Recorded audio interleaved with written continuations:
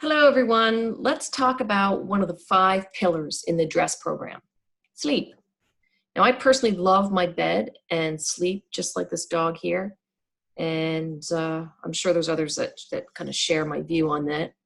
If we look at some statistics here from the American Sleep Association, they report that we should have 7 to 9 hours of sleep a night. Of course, when we're much younger, you can see here that we need a lot more sleep. And, for a lot of us, getting 7 hours can be tough. And, we're kind of at a point where sleep problems have reached an epidemic. And, we look at 50 to 70 million adults have sleeping disorders. And, 35% of adults reported getting less than that minimal 7 hours a night. So what does it really mean? Well, for some, it could mean medication. Now, these stats are a little old, but they're still pretty staggering. We look, prescription medications topped 56 million in 2008. That's 56 million prescriptions for sleeping pills. That's a lot of sleeping pills. And the prescriptions increased 54% from 2004. And the industry's pulling in $5 billion in sales in 2010. And the National Sleep Foundation reports that we get we're getting on average 20% less sleep than we were 40 years ago. So they did a study in the 1900s, folks were getting about 8.5 hours of sleep. In the 1960s, it was pretty much the same. They were still getting 8.5 hours of sleep. But what happened from 1960 kind of to modern day is it slowly and steadily started to decline. And now we're kind of getting 6.5 hours sleep. So, 20% less sleep, 6.5 hours a night on the weekdays, and on the weekends, 7 hours, 20 minutes, where I guess it's assumed that we're probably trying to play a bit of catch up.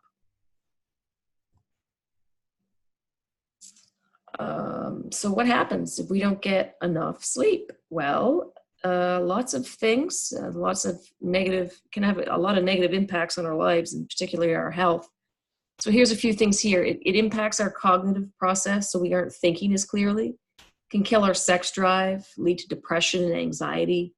It can lead to serious health problems such as obesity, high blood pressure, stroke, diabetes, cancer, and heart conditions such as heart disease, heart failure, heart attack, irregular heartbeat. And some of the benefits of it is tissue growth and repair. Energy is restored. Hormones are released, such as the growth hormone, which is essential for growth and development, including muscle development. It provides energy to our brain and body. It supports daytime performance, builds healthy immune system, and it regulates a hormone, ghrelin and leptin. And those two hormones basically are feelings of hunger and fullness. So when we're sleep deprived, we may feel the need to eat more, which can lead to weight gain. So let's have a look at how this process works now. This is the endocrine system. Let me get my pen. So the endocrine, it's a collection of glands that make up, that make hormones talk to each other. It basically regulates every cell. This system regulates every cell, organ, and function in our body. So it's a big feedback loop. And the two major glands the two major glands in the endocrine system is basically the thyroid and our adrenal glands here. So right now we're going to focus on the adrenal glands. So these adrenal glands, they're small organs that sit on top of the kidneys, and they're the powerhouse for our endocrine system. And they help keep many of our bodily functions working in harmony, including regulating the sleep-wake cycle. The adrenal glands do produce our sex hormones and cortisol, but like I said, we're only concerned with we're only going to be concerned with cortisol at the moment. So cortisol is a hormone that helps us manage our stress. It's our primary stress hormone. And there's different forms of stress. There's an acute stress. So think of a bear chasing you, your adrenaline spikes up, cortisol kicks in. But the kind that we're going to talk about is the chronic stress. that's the stress that can cause adrenal dysregulation. It can cause those adrenals to go kind of haywire. So prolonged periods of stress, it takes a toll on your adrenal glands over time. And it's this adrenal dysregulation that has many, many, many downstream effects on our health. And we're going to get into this in more detail in the webinar. But really the takeaway is that our adrenals are very important to our well-being. Now, back to cortisol here. So if we look at cortisol, it's highest in the morning here, and it comes lower as we go down through the day. Now, this spike here in the morning, this first kind of little bit here, that's our cortisol awakening response. And again, highest in the morning, lowest at night. So what's the purpose of cortisol? Well, it helps maintain proper immune function, keeps blood sugar balanced, maintains healthy weight, provides energy for the body, regulates the health of the cardiovascular system and the health of our reproductive system. And if it's compromised, it can suppress the immune system, create blood sugar disorders such as diabetes, cause excessive weight gain, high blood pressure, and even infertility. So let's talk about another hormone, melatonin. So melatonin's been called the Dracula of hormones. It's our sleep hormone, and it comes online at night. And it follows the opposite pattern as cortisol. It's highest at night, and our body produces it naturally in the pineal gland near the brain. So remember that messaging feedback loop I spoke about earlier? These hormones are all interconnected. So here we have the circadian rhythm. So the cortisol, again, manages our stress throughout the day, and the melatonin helps manage our sleep through the night. And we call this process the circadian rhythm, and it helps control that sleep-wake cycle. So the circadian rhythm is controlled by the hypothalamus in the brain. Again, it's that messaging system that's sent, and it's very much tied to our environment. So we evolved with the rise and the fall of the sun, and our body follows the cycle as well. So the circadian rhythm is controlled by these ebbs and flows of the two main hormones in response to the sunlight and the darkness. So light plays a very important role in our sleep. So again, back to light being the big factor, the World Health Organization lists light as a probable carcinogenic. That's a pretty big statement. It's a type of light and the intensity of light that we really need to consider. So we need the natural light that helps with that hormone production process. And our body and its hormones are regulated by that circadian rhythm, by that bright sun and by the darkness that I just talked about in the previous slide. Now, if we look at the sun's 500 times more intense than our indoor lights. So being inside reduces melatonin up to 50%. That's a lot. So you can really help melatonin production by getting outside first thing in the morning for like 10, 15, 20 minutes, and maybe a few times throughout the day to get exposure, the intensity of the light that's needed to stimulate melatonin. So other lights that could be a problem is the lights at night. We have too much light. Our homes are very brightly lit. So it's kind of like a double whammy. We have artificial light in the day and then very stimulating night lights at night. So in our modern day, we're really negatively affecting both hormones, cortisol and melatonin. So we're burning at both ends. And it's creating that poor quality sleep. So then we have to consider blue light, which we get from our phones, computers, and our TV. Now they're even more harmful, and they affect the circadian rhythm more than anything else. Our devices stimulate the cortex, so it's really like having a cup of coffee. And it's not only the messing with the natural circadian rhythm, but it's also the activities that we're doing. They're stimulating activities. Could be playing games, scrolling Facebook, checking emails. So in our modern day, when we look at our health, we're prioritizing our jobs, productivity, and activities over rest and relaxation. Resting in front of a TV with a movie or a game or on our tablet or browsing Facebook, these are actually more harmful. Now, I realize all this information is a little overwhelming, and you may be thinking, well, this is crazy. I'm going to throw in the towel. I can't even watch TV. But it's not about removing our modern day. It's about getting educated on how to navigate through it. And so what do we do? How can we do that? We can, first not panic and look at things that we could do, small things we could do to implement changes to try to make a positive impact. And here's a few things. So eat a snack around bedtime. I know you might be like, what? That's not what we've talked about. But you have to, this really depends on what's right for your type. How are you eating? So if we are a low carb consumer, then it can be beneficial to have a complex carb at night, like a sweet potato. So what happens is it'll help stabilize that blood sugar, and it will help balance your sleep, and it repairs the hormone levels, as well as the important neurotransmitters. And melatonin is synthesized in the brain. Remember, it's in the pineal gland, along with serotonin, which is one of the neurotransmitters. And they're both involved in the sleep regulation. An important raw material for the synthesis is the amino acid tryptophan.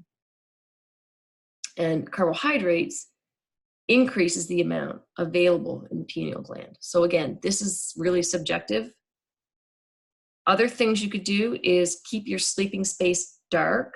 So when the light hits your eyes, it disrupts that circadian rhythm of the pineal gland and the production of melatonin and serotonin. And obviously the process most definitely will hinder sleep quality. So there should be as little light in the bathroom if you happen to get up in the middle of the night. So no night lights.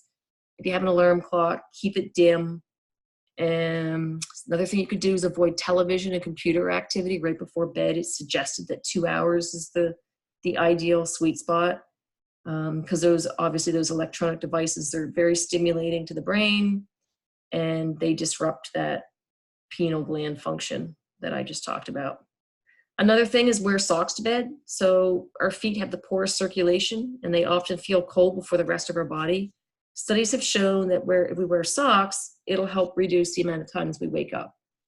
Now, I don't wear socks, but I do make sure my feet are warm. It really does impact how I sleep. So what I'll do is warm them up before I go to bed. Sometimes I'll put them in the bath, or I'll put them in the sink just to warm them, because they do get cold easily. Another is read the right material.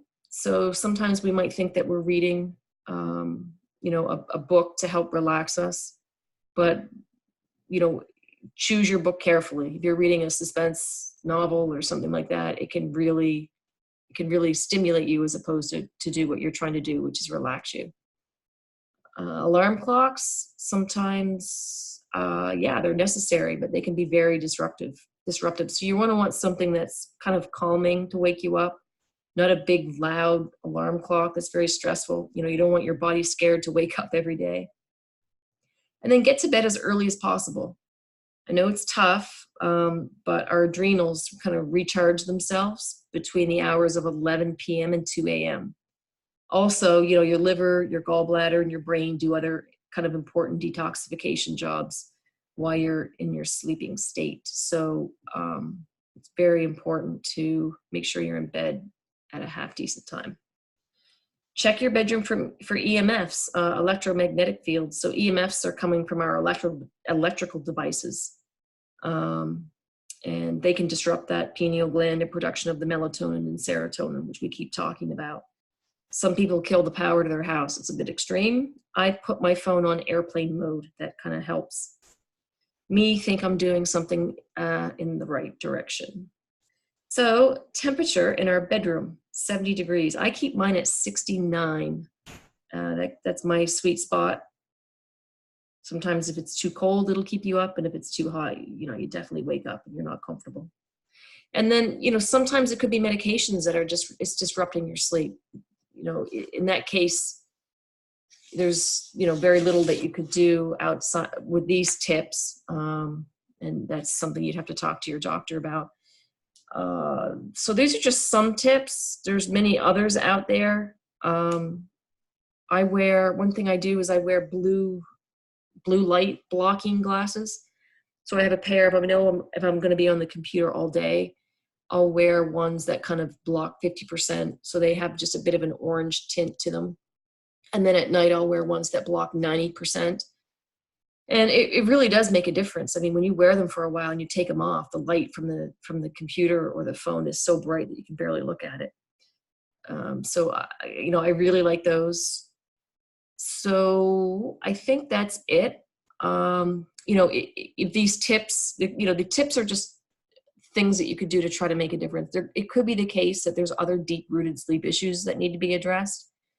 And that comes from, digging through to the root cause and trying to figure out optimal health, putting yourself in optimal health before trying to make an impact on your sleep. That's it. Thanks for watching. One other thing, I guess, before I go, let me just show you a test called the Dutch hormone.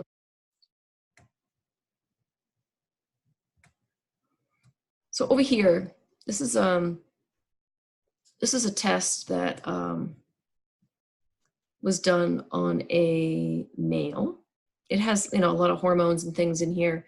But what I want to show you is this. This is kind of the cortisol pattern. Remember I talked about the circadian rhythm where we have cortisol highest in the morning and lowest at night. This is done through urine. There's different ways you can test it. Blood is gives the least information because it pools all this information. It doesn't tell you. It doesn't show you if it's kind of on point. It'll just give you a pool of one number. What you really want is these 4 points throughout the day. Is it really highest in the morning and lowest at night? In this case, this is the cortisol awakening response I talked about. Really, there's none. So there should be something. You should see some kind of spike. This one's kind of flatlined. So when I saw this, my first response is, wow, I bet this person drinks coffee to wake themselves up every day. The answer was yes, they do. So again, this doesn't help this person start the day off at all. There's no cortisol to help get the day started off right. It's artificially being created. This is going to have major, major knock-on effects doing this long term. And then over here, you'll see 24-hour cortisol. This is the amount of cortisol that's produced in a given day. And of that, this is how much cortisol is being used to manage the stress. So this is our kind of the usable one that we're seeing. And this is pretty high. So there's a lot of stress here in this person's life. If we go down and look a little closer, these are pretty cool. This looks at all the, here we see for a male, this is a particular male, that the testosterone was tanked. Estrogen was high. These are all the downward metabolites. This is a pretty cool test. This is a methylation pathway. We'll get into that a little more detail, but down here, look at this. Melatonin's completely non-existent. So, we would look to correct this. Down here, we've got cortisone. This is the inactive form. So this is cortisol that's just sitting there waiting to be activated to be used. So you have lots of it, which is great. And then over here, we have cortisol that we're using, the active form, and it's pretty low. So we would look to try to activate this stuff that's not being used and make it be usable to help manage that stress a little better. One way you can do that is through licorice root, which is only taken in the morning, obviously, because you'll never sleep. It's a stimulator. And we couldn't do it in this case because this person had high blood pressure. So it's very dangerous to be doing licorice root with high blood pressure. Anyway, that's just some cool stuff. Here's another one over here. This is there's some cortisol awakening response. It's right in the middle here. So this is good. It dips down in the afternoon quite low, and then it gets elevated at night. So elevated at night gives me some clues that maybe there's some parasitic activity going on. And actually there was in this case. What happens is parasites are nocturnal and they wake up at night. So your cortisol comes online to deal with the stress that's going on in your body. So this is all pretty interconnected. And so far, I think what we've been through and what we've looked at is, cortisol, sleep is, our sleep Diurnal rhythm is pretty important. Cortisol in our adrenals are very important. And again, we're going to get into it more. We're going to get into what's called the HPA axis, the hypothalamus pituitary adrenal axis, and just how important our adrenals are and how much stress impacts it, and what stress really is in our modern day. So we're going to get into that too. So, you know, in addition to our food and our gut, we also have this kind of endocrine system that's very important. All right, guys. Thanks for watching.